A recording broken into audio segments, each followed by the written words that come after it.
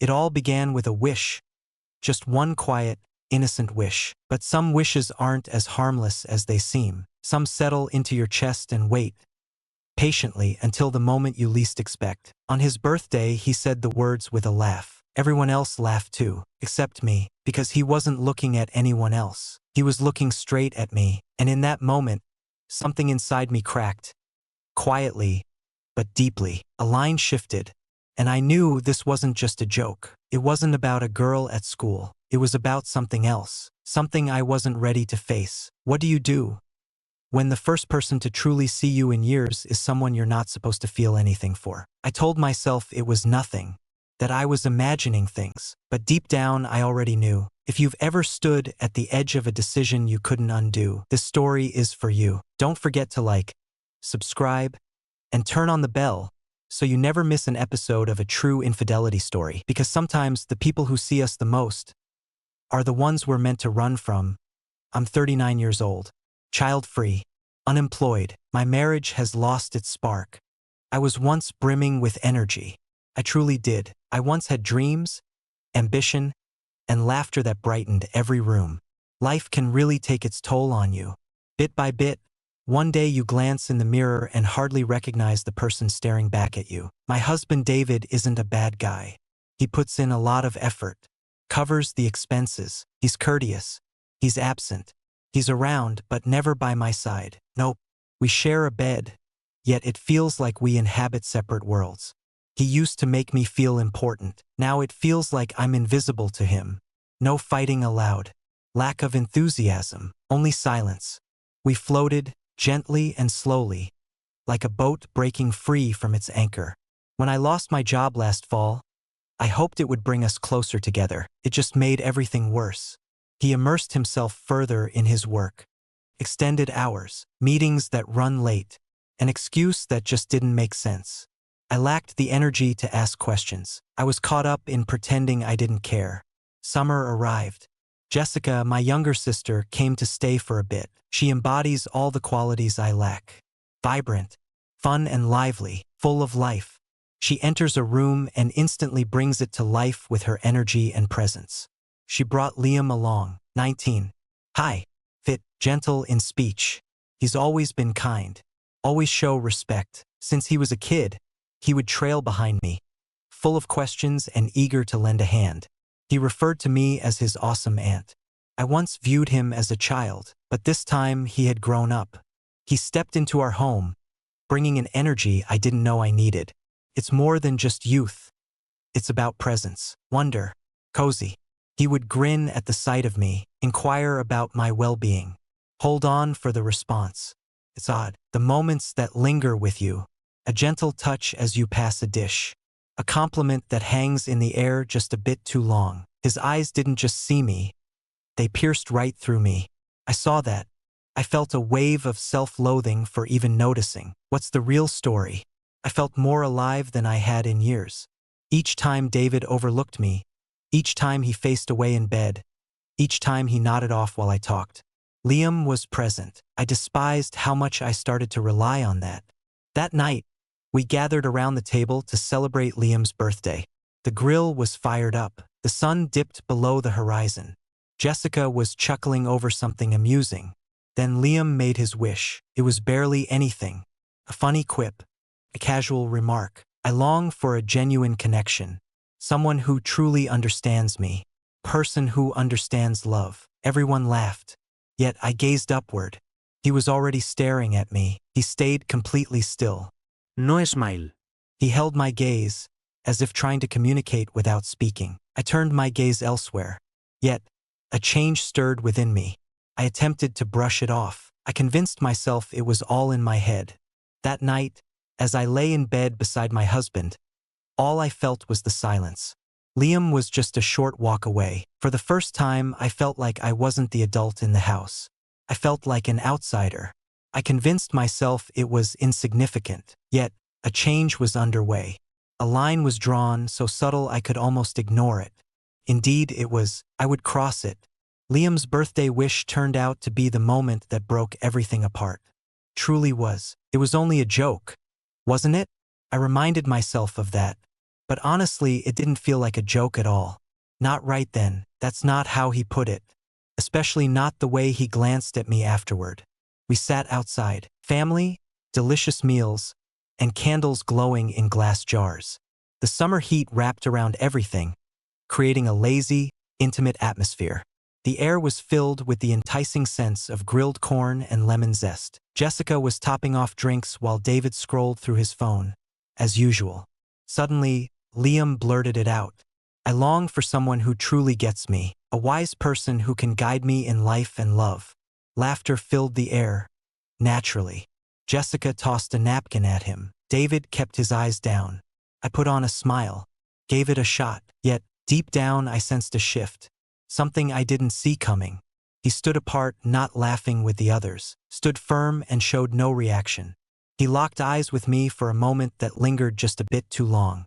Later that night, as the evening settled, I was washing plates in the kitchen. The light over the sink was low, and the house was quiet, a calm that comes only after a gathering wraps up and night falls.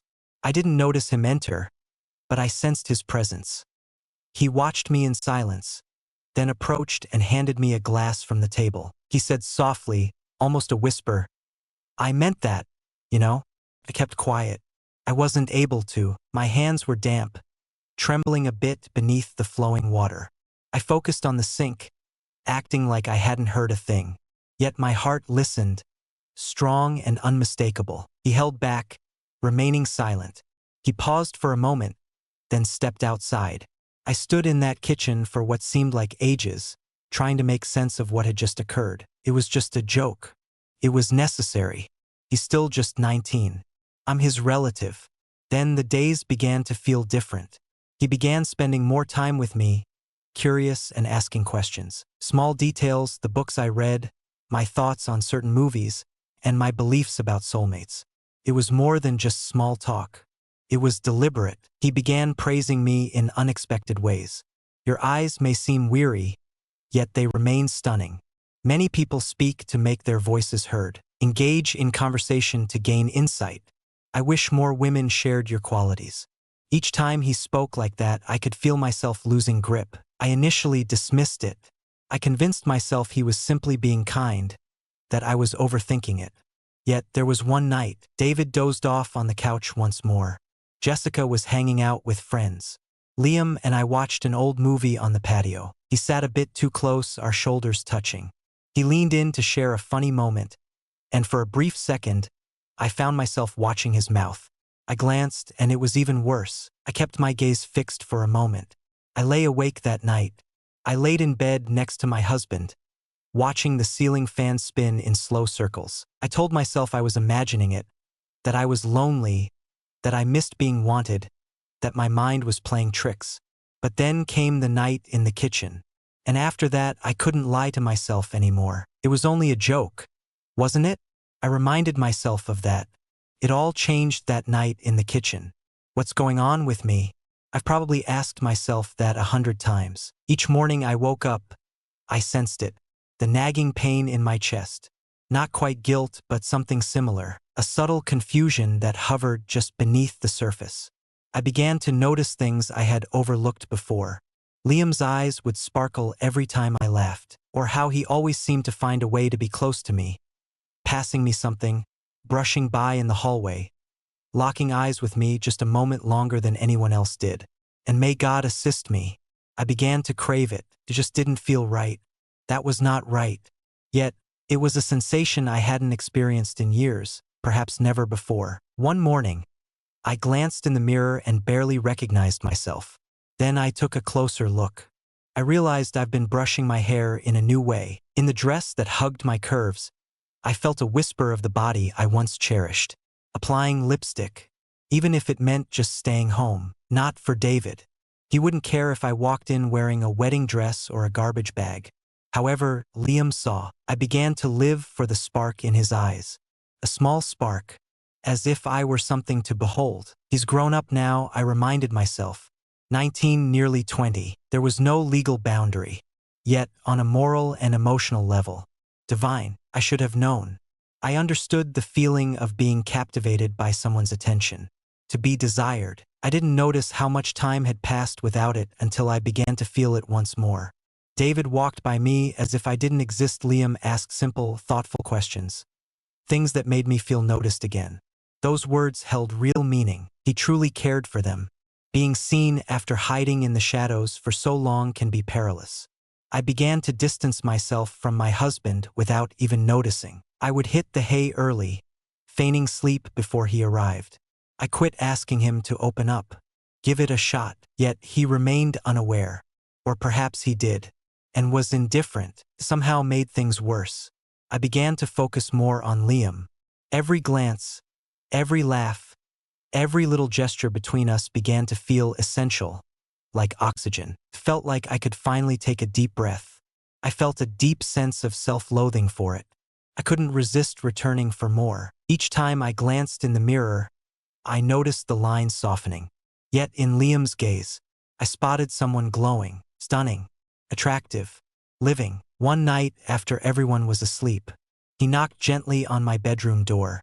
The soft sound lingered in the quiet night, felt gentle, unsure. Yet it resonated more than anything I'd experienced in weeks. I chose not to respond. I was unable to.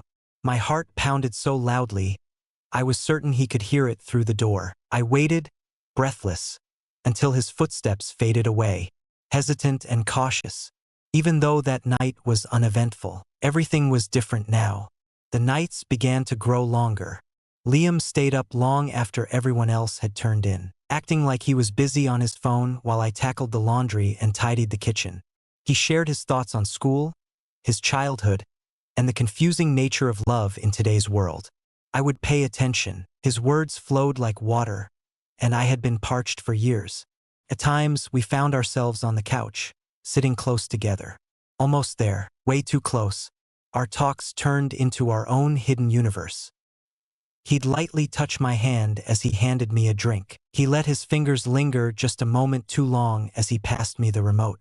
Our knees brushed together and we stayed still. Not even for a whole minute. It was like a blaze. Not in a theatrical, cinematic manner, but in that gradual way that sneaks up your spine and settles in your stomach. Yet, nothing occurred. Not at this moment. That night in the living room arrived. The lights were low. A film softly played in the background. Something easily overlooked. Something we both acted like we cared about. I must have dozed off. When I opened my eyes, he was there, watching me. Not just seeing, observing. This gentle, powerful feeling took my breath away. I asked softly what. He leaned in, effortlessly, and said, "You're beautiful." I stayed silent. I stayed put. He then said, "I've always wanted you to be mine." It felt as if the ground vanished beneath my feet. I sat up, my heart pounding, searching for the right words. Everything. All I could think was, how long had he been feeling this way? How long had I allowed him to stay? I told him it's time for bed. I spoke with conviction, chilly. It was the best choice. He did it. He stayed silent, nodded and walked away. I stayed awake all night. His image, standing there with such openness and certainty, lingered in my mind. It lured me in. I aimed to leave it behind, yet I couldn't. What's the worst part? I found myself wondering about different paths life could have taken. If I were single, if he weren't my nephew by blood. I began to replay our talks in my mind. His praise, those eyes, his laughter. I began to notice how I moved around him. I tucked my hair behind my ear as he gazed at me. How I selected tops that fit just right. It had the scent of my favorite perfume. I leaned in a bit as he spoke. I convinced myself it was all in my head. He was simply being kind. I craved attention so much that I couldn't think straight. I wasn't just imagining it, not any longer. We were getting closer, step by step, every single day. Yet no one saw it. Jessica had a lot on her plate. David had no idea. In that bubble, it was only us. A serene space just for us. I convinced myself I could quit whenever I wanted. I had the power, until I became something else. I still recall every detail from that night. The calm, the glow, the quiet before the chaos. The evening felt like a scene from a movie, absolutely flawless. Way too spooky. It felt like something was on the verge of unfolding, even if you were unaware. Jessica was away for the weekend. A business trip, only 2 nights. She kissed Liam on the cheek, threw me a casual, "Thanks for watching over him," and walked away as if it meant nothing, as if it were just another day. David attended a work conference. He hardly mentioned he was leaving. I left a note on the counter and vanished for 3 days. Suddenly it was just Liam and me, inside the house, by myself. Rain had been falling since morning. By evening, the skies had fully opened up. Thunder rumbled softly and consistently, a quiet warning softly spoken. We stayed in together. He popped some popcorn. I uncorked a bottle of wine. Only one glass, I promised myself. Simply to unwind. We watched a movie we both knew by heart. Something secure, known. Yet that night held no sense of safety. Just as the movie hit its stride, the power cut out. In an instant, complete darkness. A moment of quiet. Then I heard him say, "I'll get some candles." He did it. He ignited 3 little ones from the kitchen drawer. The soft flicker of light made everything feel gentle. The room seemed more cramped, hotter, closer connection. He moved in closer. Our knees brushed against each other once more. I stayed put. Rain tapped against the windows, breaking the quiet. Then he spoke. He began discussing loneliness. It's tough to feel like you're not seen. Even in a crowd. Everything felt so artificial. Education, finding love, chatting with girls his age. He claimed that nobody truly listens these days. I got it. I get it now. I shared that I felt the same way. Some days, I felt like a ghost in my own life. He glanced my way and said, "You deserve better than that. You've always done that." Silence filled the air. A silence that lingers, challenging you to shatter it. He moved closer. I let him go. I ought to have. I'm aware of that. I should have gotten up, walked away, and spoken out, anything at all. I didn't do that. I didn't stop him when he leaned in. His hand brushed my cheek, and for a moment, I let the years of buried ache rise to the surface. Our lips met, softly, unexpectedly, as if we were both searching for something lost in the silence. It was never meant to happen. I never expected to feel alive again. Yet I did. In those moments, I must admit, I didn't feel like a wife, or an aunt, or someone who ought to be more aware. I felt desired, noted, adored. In that moment, I felt distant from everything else. My routine, my relationships. I had every reason to halt this before it began. I realized I hadn't experienced that level of closeness in years. I wished it would never end. That night transformed everything. I wish I could say that was the end of it. Yet it didn't. Join Vows and Betrayals to catch all the exciting twists ahead. The next morning felt different. He smiled at me like nothing had changed, like the world hadn't shifted beneath our feet. But I couldn't smile back. Not fully, not how he envisioned it. The daylight cast a weight on everything around. Genuine, incorrect. When he reached out to squeeze my hand while passing me the coffee, I didn't pull away. That marked the start of the fallout. It unfolded gradually. It slipped in quietly and gradually, like a fog that sneaks up on you until you can hardly breathe. Liam began reaching out often, sending kind and affectionate messages. I'd fixate on my phone, my heart racing. At times I'd respond. Sometimes I would just delete the messages without even opening them. No matter what I tried, the guilt lingered, eating away at me, existing within me. Jessica walked through the door. When she stepped inside, her first words were, "Something feels off in here." I laughed too soon. I told her it was simply the weather, but she gazed at me, truly gazed. Sisters have a knack for sensing when something's off. Liam stayed calm and collected, perhaps a bit too cool. He maintained the same tone, the identical smile, yet there was a spark in his eyes, as if he was expecting something from me. What a sign. Next steps ahead. I was unsure about what to give him. David returned that very night. He placed a weary kiss on my forehead, took a seat at the dinner table, and hardly said a word. Halfway through his meal, he looked up and said, "You've been distant lately. Are you all right?" I stood still, because it wasn't the words, it was the way he said them. He wasn't jealous. He wasn't angry. He sounded small, insecure, like a man who knew something had shifted but couldn't put his finger on what. I told him I was tired, blamed the weather. Same lie. And that's when I really started to pull away. I no longer attend family dinners. I stopped sitting in the living room when everyone was there. I've been spending more time hiding in the kitchen, cleaning dishes that were already clean, steering clear of discussions, avoiding eye contact, avoiding myself, because everything